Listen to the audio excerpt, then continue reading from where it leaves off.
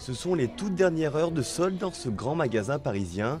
La grande braderie de l'été s'achève ce mardi soir. Alors pas question de manquer la bonne affaire avec des remises allant jusqu'à moins 70%.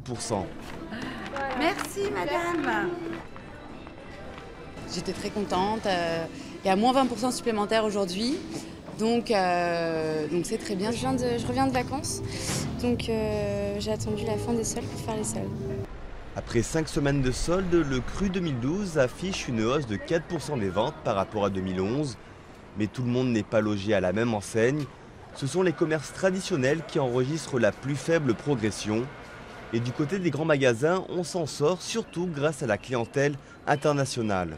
Paris garde une attractivité quand même assez importante.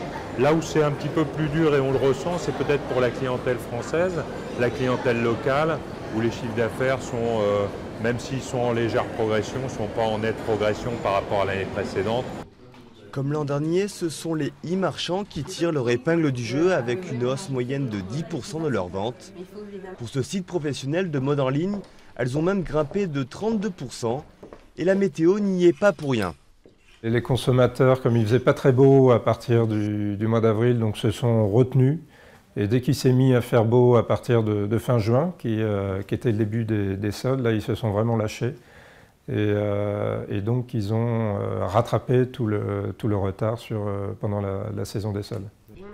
Mais le succès des soldes sur Internet ne suffit pas pour rattraper un bilan plutôt décevant.